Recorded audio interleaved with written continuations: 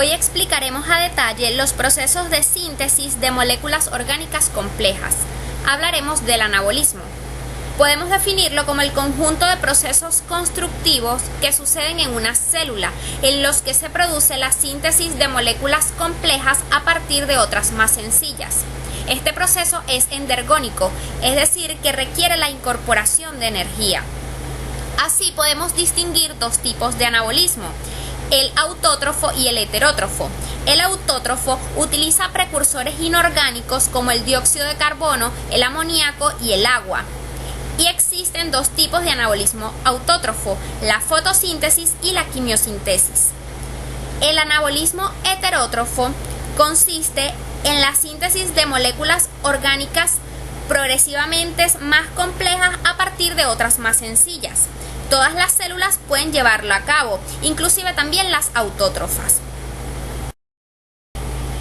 El anabolismo heterótrofo es un proceso endergónico que va a consumir energía química que es aportada por el ATP y coenzimas reducidos que se obtienen del catabolismo. Así, los organismos heterótrofos, al sintetizar sus metabolitos únicamente a partir de compuestos orgánicos que han de consumir, van a necesitar diversas fuentes de carbono para generar energía, como los triacilgliceroles, diversos azúcares, el piruvato, aminoácidos, entre otros. Sin embargo, el cerebro y el sistema nervioso central necesitan glucosa como única fuente de carbono, así como otros tejidos como la médula renal, los testículos y el eritrocito. Por lo tanto, las células animales deben ser capaces de sintetizar glucosa a partir de otros precursores. Dicho lo anterior, vamos a hablar ahora del anabolismo de los glúcidos. Este se realiza en dos fases sucesivas: la síntesis de glucosa a partir del ácido pirúvico, proceso que se denomina gluconeogénesis, y la síntesis de polisacáridos. Los principales sustratos de la gluconeogénesis son el lactato, que es producido mediante la glucólisis en el músculo esquelético, y los eritrocitos.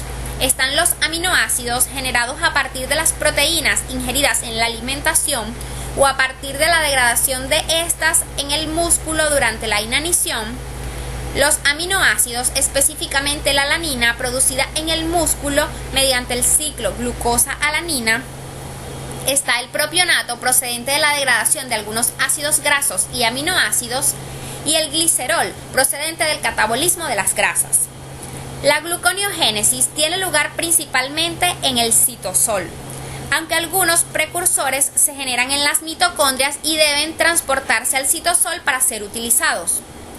El principal órgano gluconeogénico de los animales es el hígado y la corteza renal. Parte del lactato que se produce en el músculo entra en el hígado y se reoxida a piruvato. Este piruvato puede experimentar entonces gluconeogénesis para dar glucosa, que se devuelve al torrente sanguíneo y se capta por el músculo para generar las reservas de glucógeno.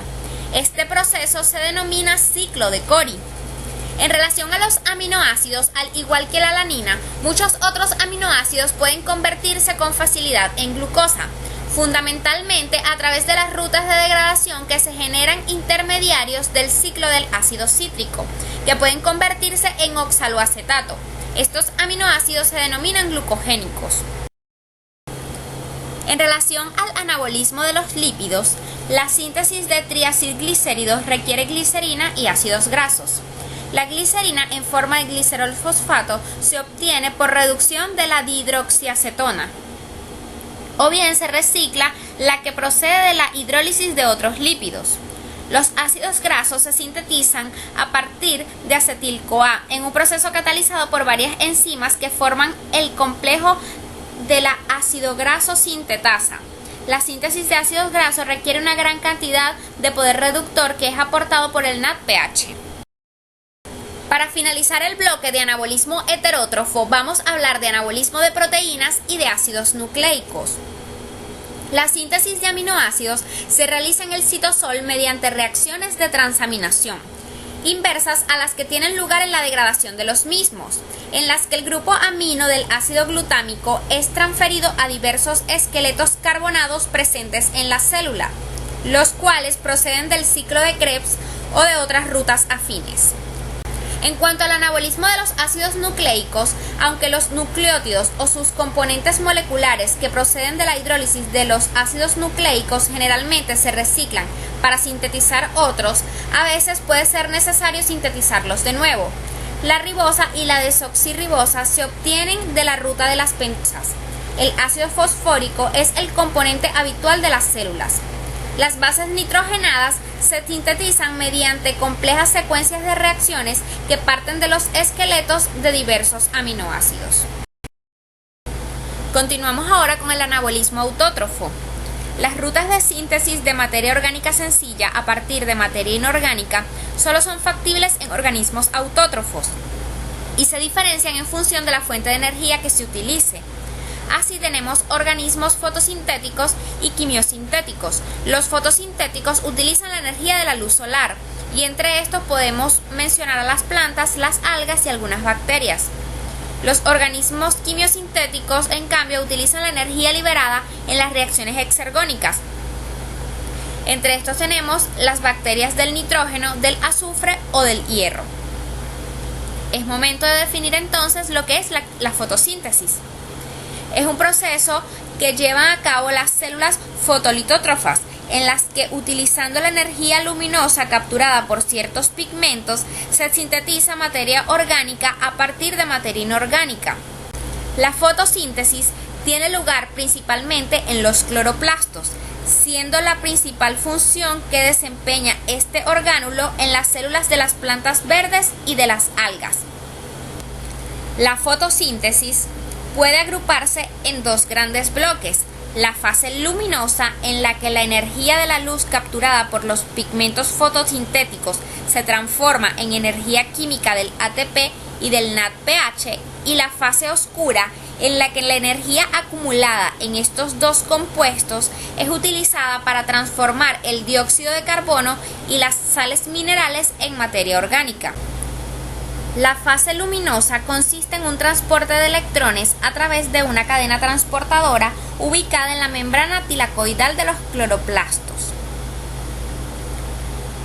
En el cloroplasto, este transporte se realiza desde el agua, que es un débil dador de electrones, hasta el NAD, que es un débil aceptor. Este transporte electrónico cuesta arriba es un proceso endergónico y no tendría lugar si no se le suministra energía. Aquí es donde interviene la energía luminosa captada por los pigmentos fotosintéticos, que es utilizada para impulsar los electrones desde el agua hasta el NAD, que se reduce entonces para dar NADPH. Las reacciones oscuras se producen en el estroma del cloroplasto. Su función es la de fijar el dióxido de carbono atmosférico en los hidratos de carbono, utilizando la energía del ATP y el NADPH generados en las reacciones luminosas. En este esquema del ciclo pueden apreciarse las dos fases. En la primera, donde se está fijando el dióxido de carbono y se produce gliceraldehído 3-fosfato. Parte de este gliceraldehído 3-fosfato se utiliza para la formación de hexosas fosfato y finalmente polisacáridos. Otra fracción del gliceraldehído 3-fosfato se utiliza en la segunda fase para regenerar la molécula aceptora, la ribulosa 1,5-bisfosfato. La quimiosíntesis es un proceso que llevan a cabo las células quimiolitótrofas, las cuales son capaces de utilizar la energía liberada en la oxidación de las moléculas inorgánicas sencillas para fijar la materia inorgánica en forma de materia orgánica. Solo un pequeño número de bacterias, entre las que destacan las bacterias del suelo que oxidan el amoníaco a nitritos y estos a nitratos, pueden llevar a cabo este proceso. Similar como ocurre en la fotosíntesis, la quimiosíntesis tiene dos fases. La primera, análoga a la fase luminosa, se obtiene energía química en forma de ATP y coenzimas reducidos a partir de la oxidación de compuestos inorgánicos sencillos como el amoníaco, nitritos, azufres y sus derivados, y el hierro. Cada grupo de organismos quimiosintéticos está especializado en la obtención de energía a partir de un determinado tipo de compuestos inorgánicos.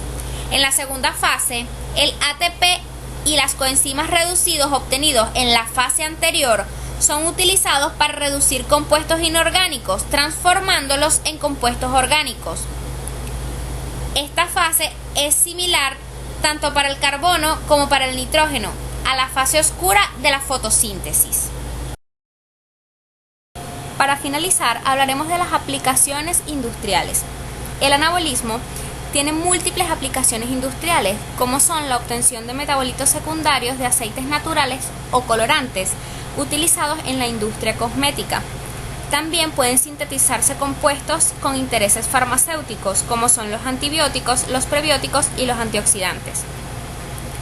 La síntesis de antibióticos del grupo de los betalactámicos, donde se incluyen las penicilinas y las cefalosporinas, son producidas por especies de hongos como Penicillium y Aspergillus.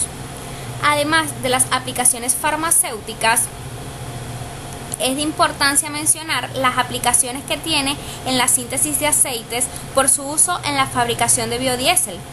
Para ello se utilizan organismos fotosintéticos como plantas, algas y cianobacterias para la fijación del dióxido de carbono atmosférico y así obtener material orgánico.